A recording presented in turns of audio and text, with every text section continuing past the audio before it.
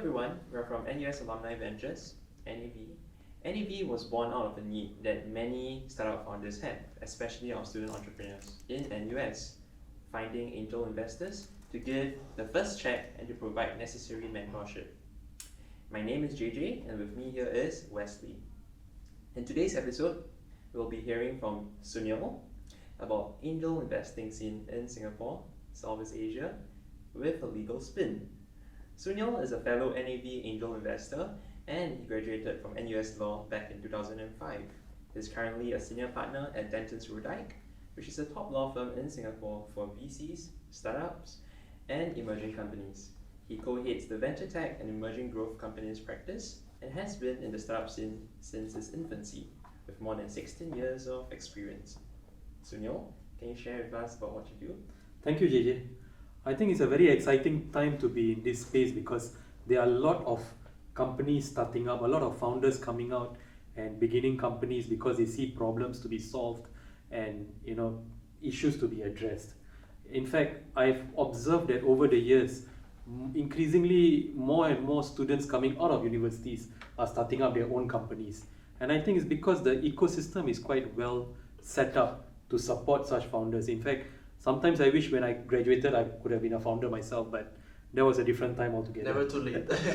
So, and then also there's a lot of investors also looking at Singapore or Singapore incorporated entities with regional presence. And so there's a lot of capital looking to be deployed.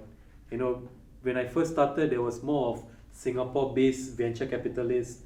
And over time, now there are a lot of international investors who are quite confident in the Singapore brand name and are quite keen to invest in Singapore headquartered companies. In fact, we also see companies from the region, India, Indonesia, Malaysia, Vietnam, setting up their holding company in Singapore so that investors will invest in the holding company here and then the money will be deployed in regional presence. And that helps as well because then you have a much bigger market to play. You have the entire Asian market to look at for purposes of growing your business. So it's a very exciting time to be in this space, and I'm quite fortunate that in the last 14 years, even though venture capital in Singapore has been around for much longer, but at least in the last 14 to 15 years, I've observed the trend, and how a lot more companies are getting funded, founders are getting younger, investors are also getting younger. It also means that I'm getting older. But that there's a lot of interesting technology coming up and a lot of good founders with great mentors willing to guide them. So this village that we have here, this startup village, is really grown quite big now. So it's quite interesting. Yeah, so I'm kind of curious, how did you get involved with angel investing? Given that you came from a traditional law background and everything, how did you get into angel investing? Okay, it started with me doing a lot of venture capital related work, where I was involved with either acting for early stage entities or venture capital VC investors investing. Then over time, as you can see more and more of these early stage entities growing and maturing, and then allowing for liquidity for their founders or early employees. Those founders and early employees come out and start to recycle some of the capital they have made back into the ecosystem to support fellow founders. So in that context, there's a lot of this kind of early stage employees who have liquidity or founders who have managed to exit decide to become angel investors. So that's one point, where they decide to make angel investments. And I see that increasing quite a bit now with angel investment clubs being set up, NAV angel investors coming up as well, and a lot of angel syndicates also coming up, or individual high net worth individuals looking to make investments to support startups that they have a passion for. Then separately, I was doing my MBA, with Manchester Business School, and along the way, some of my classmates introduced me to founders who were looking to start new businesses or looking to start a food and beverage business, and they came to me, and that's when I started. That is the origin of it. So I started looking to them, talking to them, the concept like dining in the dark, or trying to bring in products that just target the men's segment alone, because we guys don't like shopping. So you try and bring a subscription-based model where you supply essentials for men every few months. That kind of business started coming up. It was very interesting, and so that's where I personally started to put in a bit of my money. I don't have that much, but a bit into the things, just to get more skin in the game, just to be exposed to learn, and also apply my MBA knowledge to try and help these startups. And on the professional side, assisting angel investors or early stage entities getting this kind of monies.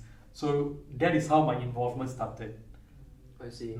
I see. So I guess talk about like your venture capital experience, build a lot of relationships. They kind of some time passed, they got exited, so a lot of them want to start different things. Yeah. So I'm kind of curious, for example, like these angel investors that you've met, like how do they remain competitive? Because there's so many big VCs out there, like Sequoia, Tiger, which they put really, really good deals for founders. How do angel investors can advise our angel investors? Like how can they remain competitive? It's a very good question actually, and in fact, it's not so much that they want to remain competitive. It's actually early angel investors come in at a very early stage of a company that's starting up. If, for example, you decide to start up a company and you might not have enough capital to grow to the next milestone, get the product out, or you need to hire a few people, then you speak to angel investors who listen to you, listen to your idea, and if they are quite interested in it, if it's in their space, or for example, now there are a lot of alternative protein companies setting up, if there's something that's in their passion, then they decide to put capital in. Then as that early stage entity grows, then it starts to look for bigger checks, when it starts going for institutional funding rounds. That is when they go and speak to the likes of Sequoia, Tiger Global, Leo Capital, Vertex Ventures, the big boys. That is when they are starting to reach maybe seed stage or pre-series A stage. That's when they start looking for bigger checks, which often come from the institutional investors. So it's not so much of angel investors trying to be competitive. In fact, they don't have to be competitive. They just try and find projects or ideas that they like and founders that they want to support. And then they put it. So it's more like a passion for them, and also to give back to the ecosystem that has helped them. I see. You see? Okay. So that is my perspective on it. So I think it's kind of saying like kind of the passion for the interest in the project, and also being super early, you'd say is a really important Correct. part. And in fact, a lot of the angels on this network, NAV, angel investors, are all people who want to give back to the ecosystem.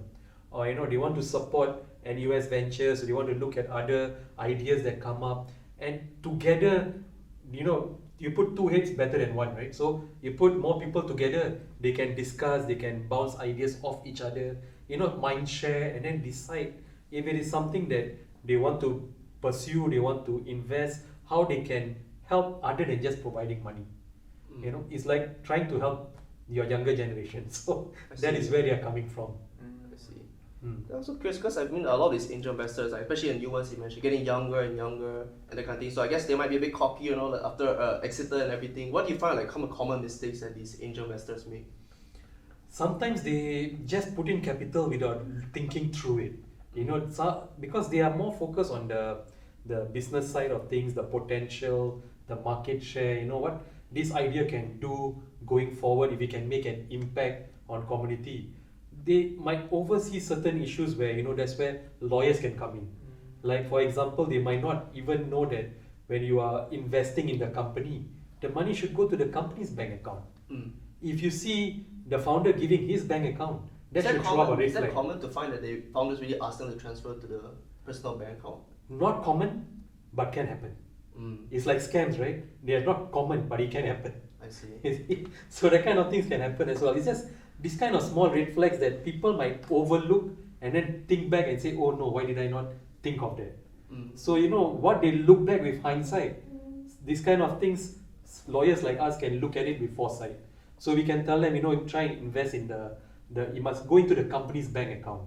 First, also check whether the company is there. What is the capital structure of the company? Because some investors will know, or angels will know that, they don't want a cap table with many people there sitting there like dead weight, not really contributing to the company, whether the equity is sufficiently distributed, or is it just held by a few people. Some might not like to support a company that is like the founders are all family members. What happens if there's a dispute? So they might not want to go for that kind of ideas. So it's always good to do some form of a due diligence on the corporate structure, on the company, the existence of it, the bank account, simple things, so that you are investing into the company for it to grow. Then other things they might want to look at, especially for those that are more proprietary technology, they might want to know whether the founders have assigned the IP to the company, assigned the intellectual property to the company. And having agreements in place, right, will start to form the building blocks for the company's growth, as well as for bigger checks down the road, for the company to grow even more. So it's this kind of things that, not say founders who are cocky, even founders who are not cocky also might miss out, but certain things to look out for which will help them ensure that they are making the investment into the company and they can grow. So at least that minimizes legal risk. Then anything else is business risk and all that, which they are much more well equipped to bear. Right. Sunil, in your Wall Street Asia article, right, speaking of due diligence work, you mentioned that the time taken to finish due diligence work on later stage deals actually shortened from 1 month to 2 weeks on average. So what are some of the possible legal ramifications or problems, as a result of the shortened due diligence? If we take one step back, right, JJ, the thing is that the last 2 years we have been in this COVID situation still ongoing. And initially investors were cautious whether to invest. They didn't know how the companies will turn out, black swan event and all that. But 1.5 years into COVID, they started to realize that we have to live with it, we have to find a way around it. We have all this capital to deploy, and there are quite a number of good companies out there that are growing even more rapidly, and some are already positioning for IPO in future or a trade sale.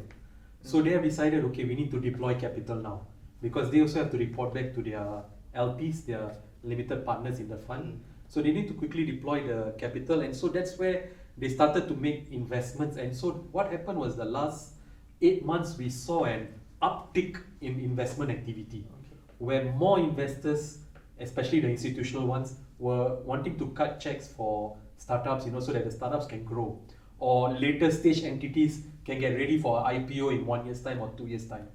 They did not want to miss out on good deals.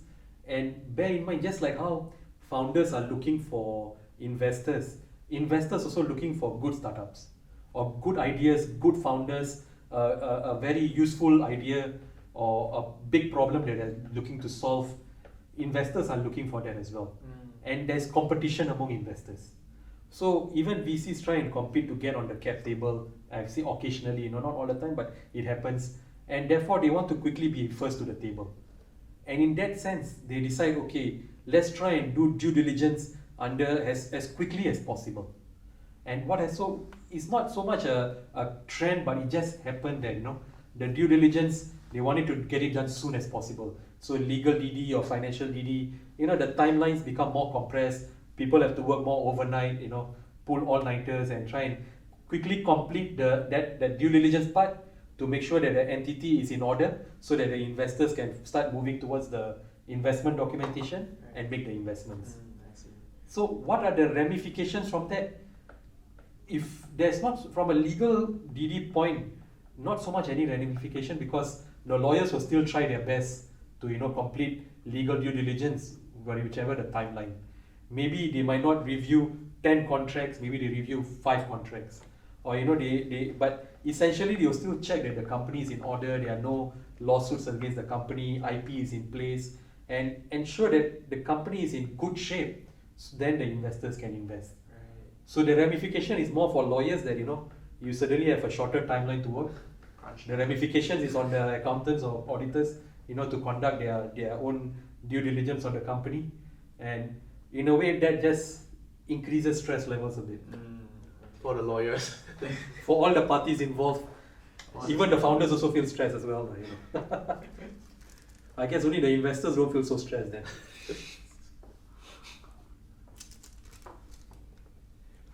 Yeah, so I'm kind of curious, because we're going to getting a bit deeper into this. Like, what are some key business terms that you say an angel investor should know, especially getting into it, or even for the seasoned angel investors Okay, angel investors, they are already people with sufficient experience, that they have gone through quite a number of transactions, that they will know what essentially to look out for, or what to be in place. But for those who might be thinking, what can they look out for? Or what can they do to improve documentation or improve things for the company so that it is working in a certain direction. Firstly, making sure that the corporate structure is in place. Secondly, ensuring IP agreements are in place. Thirdly, ensuring that the founders have employment agreements with the company. Because founders are not just the ones running the business, they are also employees of the company. And therefore, they should have employment agreements that shows that they are focused on the business of the company. And also things like, tag along and all that, just in case if a founder wants to sell, the angel can also move along with the founder. Why I say that is because the angels are the ones, they are investing in the person, they are investing in the team. And they don't want suddenly the team to leave and they are left hanging there. They want to follow the team. And therefore they look at tag along clauses. But if you take one step back, the essence of it is that law reflects behavior and behavior has to follow law. So in a way, what they are trying to do is that, try and put in place contracts or legal documents to ensure that interest is aligned. Investors and company, the interest is aligned. If you put a document in place that, this, I'm giving you this money, you're going to use that money to grow the company, then at least the founder is aware that you're not going to use the money to pay loans or, pay back shareholder loans or pay themselves high salary. So in a way, what I look at it is that you are using legal documents or contracts or this kind of legal issues to align behavior and interests. Get them moving in a certain direction, the way you want. Speaking of which, right, I've heard that there's convertible notes available, like your safe and your case notes. So just wondering, how effective are they? Okay, safe notes are simple agreements for future equity. It is an import from US actually, and case is not so common. Keep it simple agreement. What I see more often in Singapore are convertible loan agreements governed by Singapore law, and of course now increasingly more and more people are using safes because it's just it's a simple document where they provide you a certain amount of money, and in the event you reach your next milestone, then that money converts to equity in the company. So safes are like a quick way to get things in order, get money into the company in order for the company to move forward. They don't have to discuss valuation, they don't have to discuss about any substantive business terms, no due diligence is required at that point of time. It's a quick and easy way to get money in and move forward, so that when you get to a bigger check or a significant milestone like getting a term sheet from institutional investors, that is when the safe note holders will convert to equity. Right, so is the safe note more investor or founder friendly? Safe notes are quite balanced actually. They protect both interests. Right. So it's not like one more friendly towards one party or another. But I will still encourage, any company get the safe notes reviewed by counsel so that to ensure that there's nothing funny put inside, or anything that's unusual or not customary that's in the document. Okay. I think I'm speaking as a lawyer now because before you sign any document, make sure you read it, you understand it, or you get counsel to advise you on it.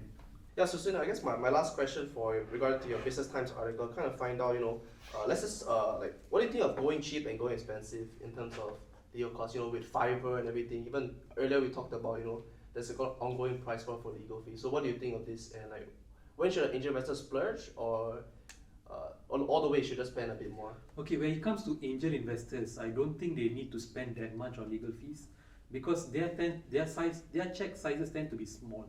So it might not make economic sense to, if you're putting in 50,000 and then you incur 10,000 of legal fees, it doesn't make sense. So there you can go for your simple documents or simple term sheets or LOIs, letter of intent. Until the company starts to grow, then you start to put in these terms into definitive agreements.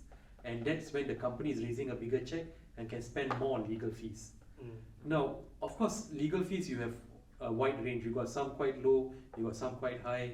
It depends on the service provider, big firm, small firm, mid-sized firm, or whether they have experience in this sector or they are not so experienced and they want to get a foothold. All kinds of things. It's just like how if you want to design your house, you will go and look at interior designers. There are some very good, some not so good, some very reputable. The price will differ across the board, And likewise for healthcare, whether you go to the polyclinic or you go to one in Orchard Road or something, price differs. So it really depends on the service provider you're going to. Very often it comes down to relationship. Who the investor has a relationship with, in order to draft out the terms. They usually are just asking for simple terms. So the cost tends to be less, not much. What is more important is that the company, if it's growing, right, gets the right counsel who can advise on Singapore law, who has experience doing that kind of work, and is able to provide guidance and quick turnarounds, so that they can move quickly as well. These kind of things are things that we have been providing for quite a long time, and I always suggest that these are the things that founders might want to look out for. So not so much of angel investors. They are already sophisticated. They know who to go to and what to look for. Okay, then that's perfect, because I actually want to flip the table by talking so much about investors, because we have a lot of student entrepreneurs and also entrepreneurs a bit older also, like they're starting up. So what can you recommend to them to kind of ensure that fundraising goes smoothly from very, very early stage to maybe a bit further down the line? Okay, very good question. Because a lot of universities are also setting up this kind of either an office to help student entrepreneurs or entire department, like SUSS as a school of entrepreneurship, NUS as NUS Enterprise, NTU as Intuitive.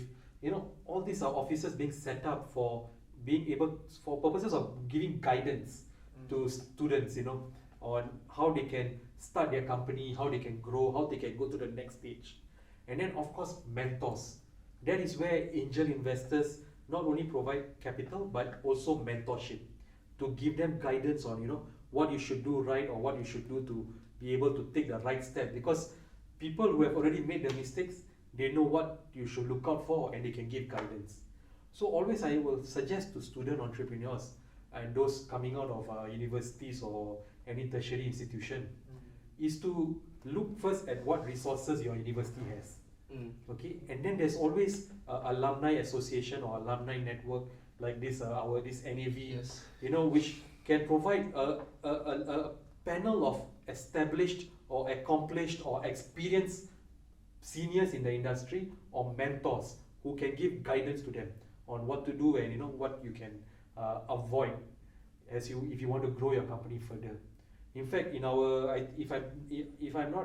if I'm correct, on our NAV, right, this we have quite a number of VC investors or investors who have done investments in VC funds, of people who are founders who have already built their company or even exited, or even they are investors themselves or they are entrepreneurs themselves. So we have quite a diverse group there who can provide mentorship, guidance, connections, and not just capital but dare to help.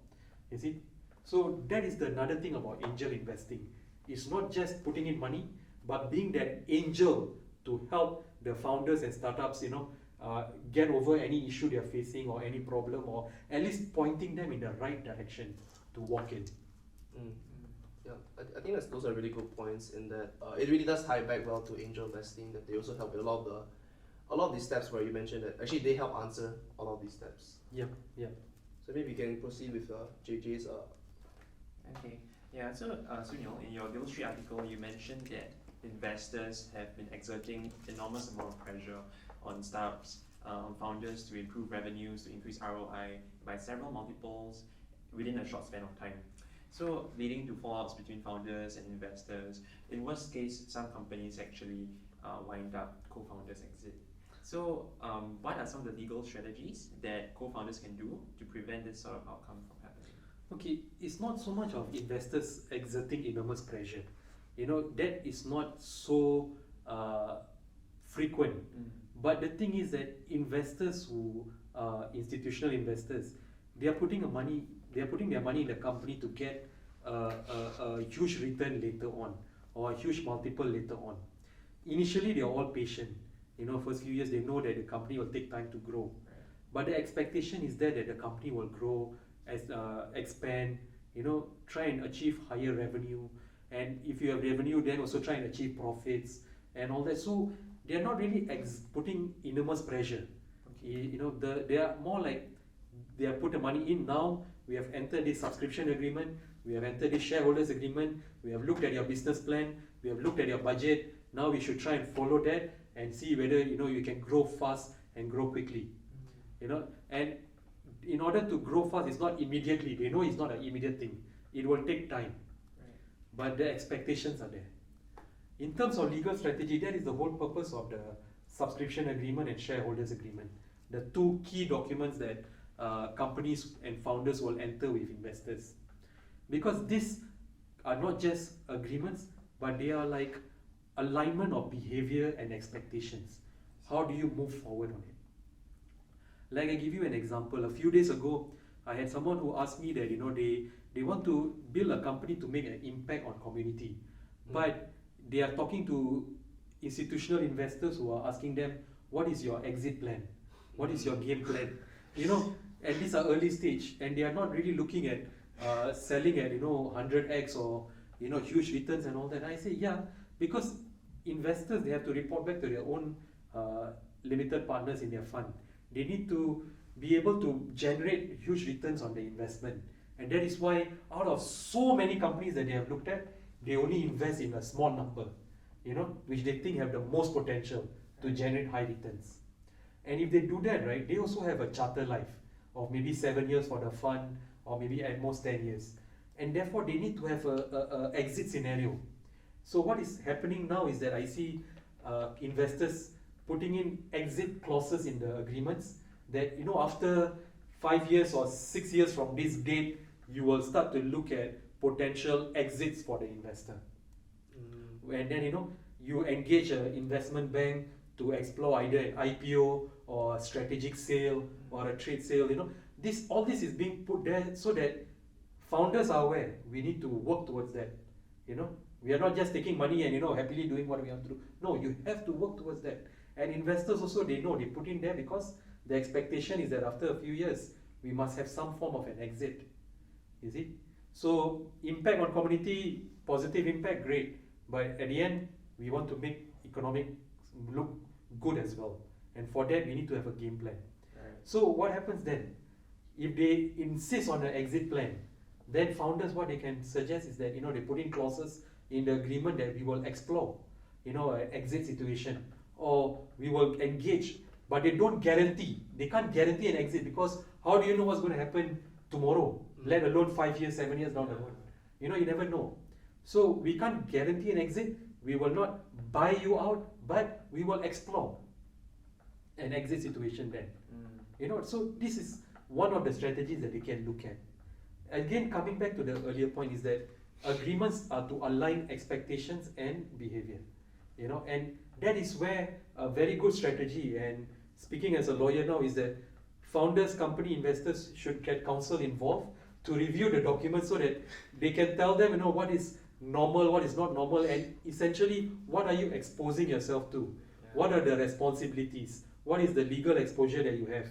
What are the things you have to do, so that you are mindful of your obligations, and then you can move in that direction. Of course, after the agreements are signed, everything is put into the locker, nobody looks at it, you work together to grow the business.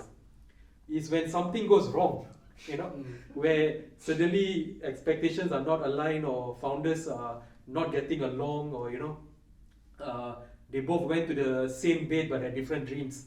That is when the agreements are pulled out, and then they start to look through the clauses and see what is to be done, whether can buy you out, and if we buy you out, what will be the valuation, or can we terminate your employment, or whether you have a very strong clause that says you cannot be terminated, your employment cannot be terminated, but what can we do to work together?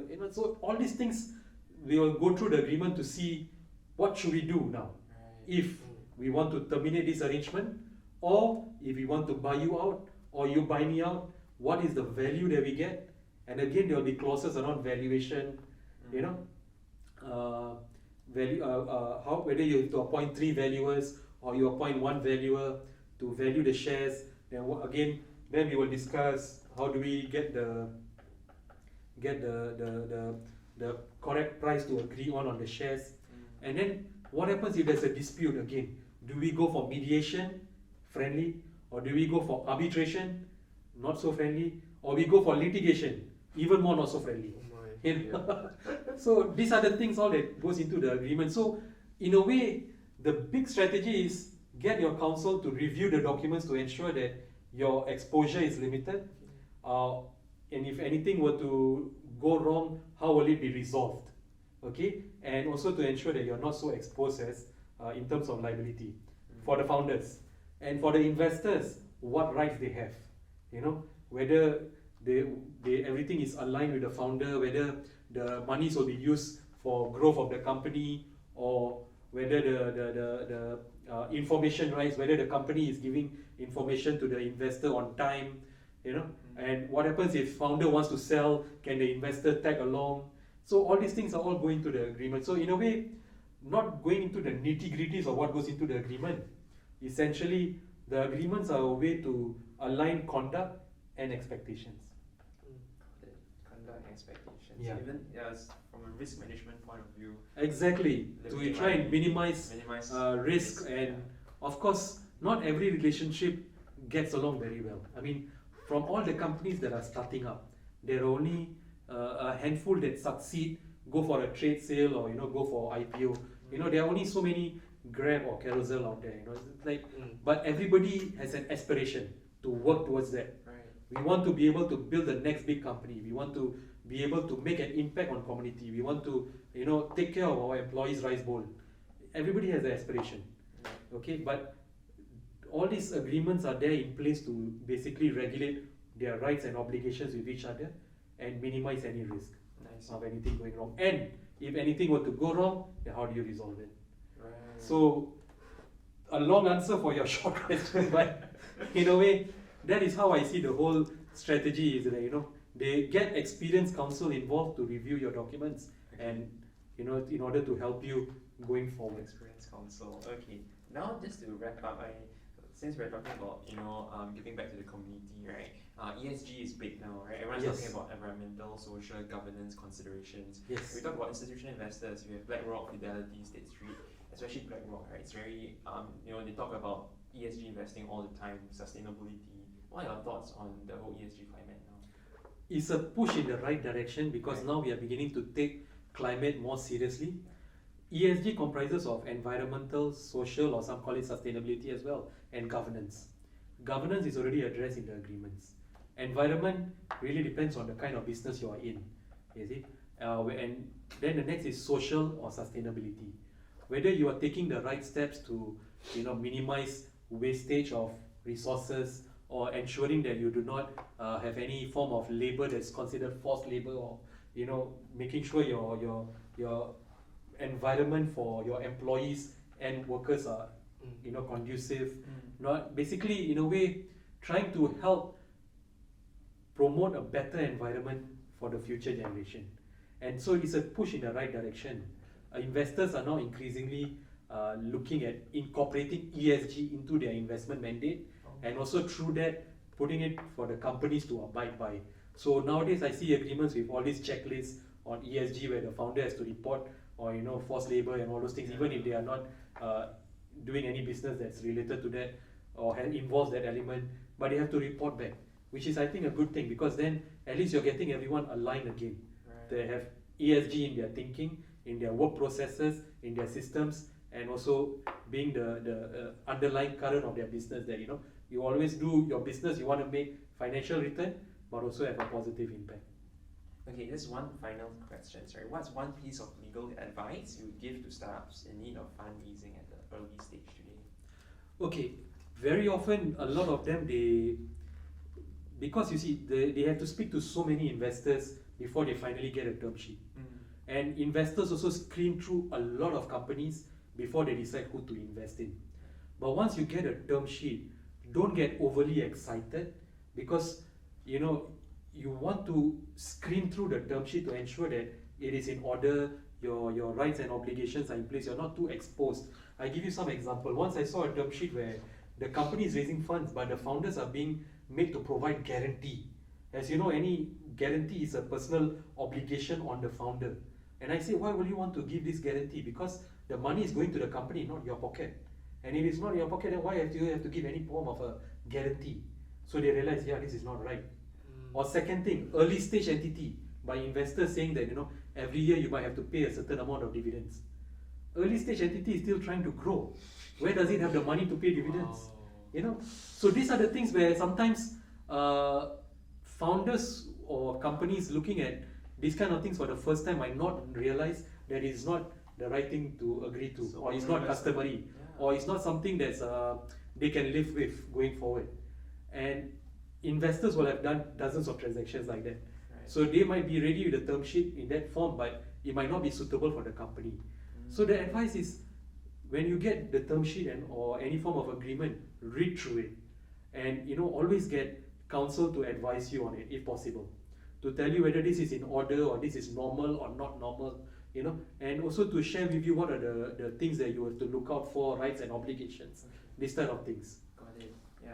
So it's always, I will conclude, if I'm allowed to say this, is that if you get a term sheet or any agreement, it will be helpful to have it, first thing, to read through it yourself to understand what's going on, and second, to always check with counsel and get counsel or lawyers to help you who are experienced in that sector, who can advise you on the law of that jurisdiction, in order to be able to tell you whether it's something that you can live with or not, or is it something that's common or not common, or are you exposing yourself to any form of liability or not. You see, that is not normal.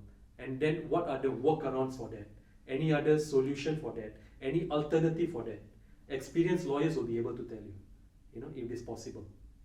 Okay, Sunil, how about disputes within founders, between founders, in fact? Yeah. Okay, that's a very good question actually. What has happened is that pre-COVID we were putting parties together, but during COVID and all that we saw more of friction between founders happening, tension between founders, where there could be a misalignment in vision, or founders they find that the other guy is not contributing enough or not putting his weight enough, or sometimes they thought that we were good friends, but as business, we are not entirely aligned on the business, or we have some form of a fundamental disagreement over business decisions or contributions to the business.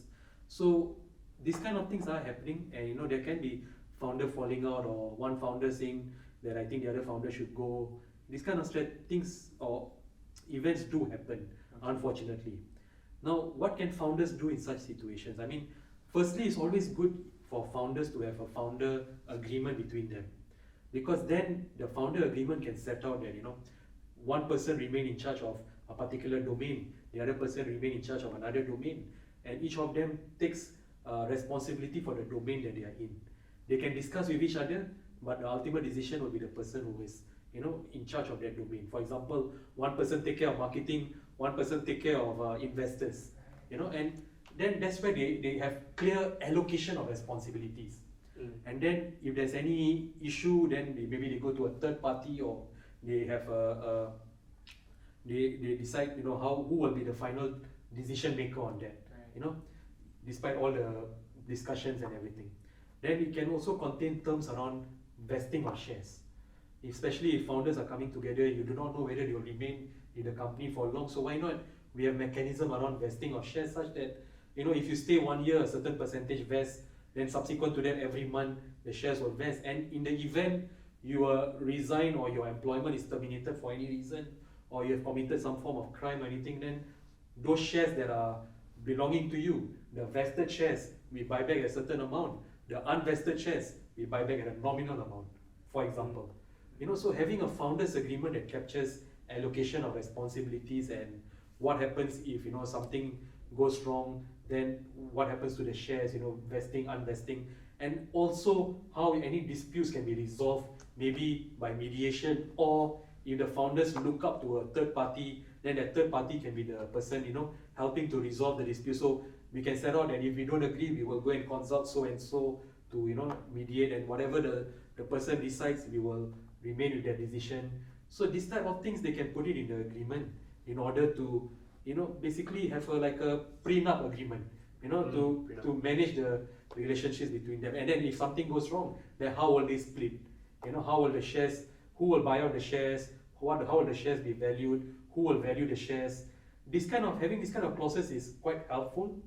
Where founders agreement is absent, then sometimes investors want it to be contained in the shareholders agreement.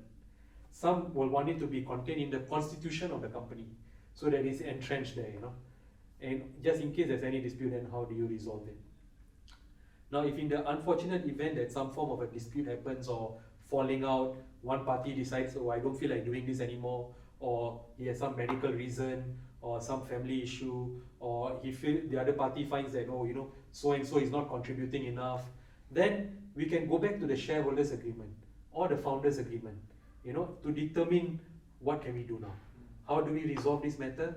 Or, if let's say I want to exit, then how is my exit determined? What will be the event of determining the exit, and how do you then determine the shares, whether I keep the shares or whether I sell the shares, and how much do I value those shares for purposes of having a smooth exit out of the company. The thing is, where relationships are, frictions will happen, and this kind of things is not unusual.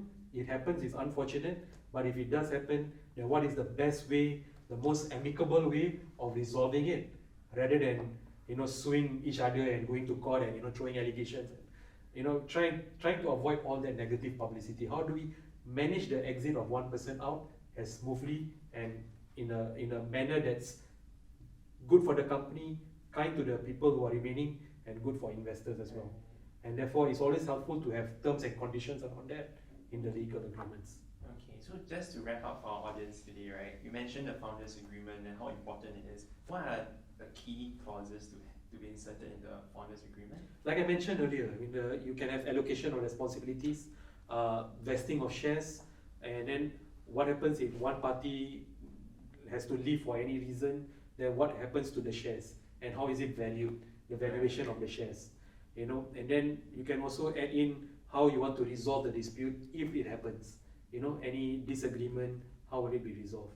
Okay. You see, I have seen instances where founders have a third party they look up to, a mentor or a senior person in the community. They might go to that person to share their matter, and the person mediates the matter between the founders, and then they will listen to him and follow accordingly. Right. Some have a life coach, they go to the life coach or business coach. Some will decide to just get legal counsel involved, go to mediation proper, get a mediator, or basically find a way to exit. Then you go to the terms of the agreement in that context. We have just one last question. It's a very popular question actually amongst a lot of our audience. So when startups pitch to investors, right? Do you think that the NDA would be suitable? Do you think the NDA is advisable? Okay, very good question, because it happens often and startups think of them because they think that the idea they have is so unique, they don't want anyone else to copy it. But I can tell you, investors highly unlikely to sign an NDA. They don't want to sign NDA, or they don't like signing an NDA, but simply because they are seeing so many companies, so many ideas, and it will be very difficult for them to think that, oh, I have an NDA for this idea, I cannot share anything and all that. It's difficult for them to keep track. And on the other hand, for startups, we tend to be unduly worried that if we don't ask them to sign NDA, the idea might get copied elsewhere and all that. That's not the case. Ultimately, whether your idea succeeds or not is not because of the uniqueness of the idea, but in my view, it is the resources and capabilities behind it. How you can execute the idea, how you can go to market, how you can sell to customers, and how you can bring in investors and grow the company in a manner that your employees with you solve a big problem, you reach out, have a big market share, you target a large market, and you grow your company big. It is not the idea per se, in my view, but it's largely the resources and capabilities that go behind it.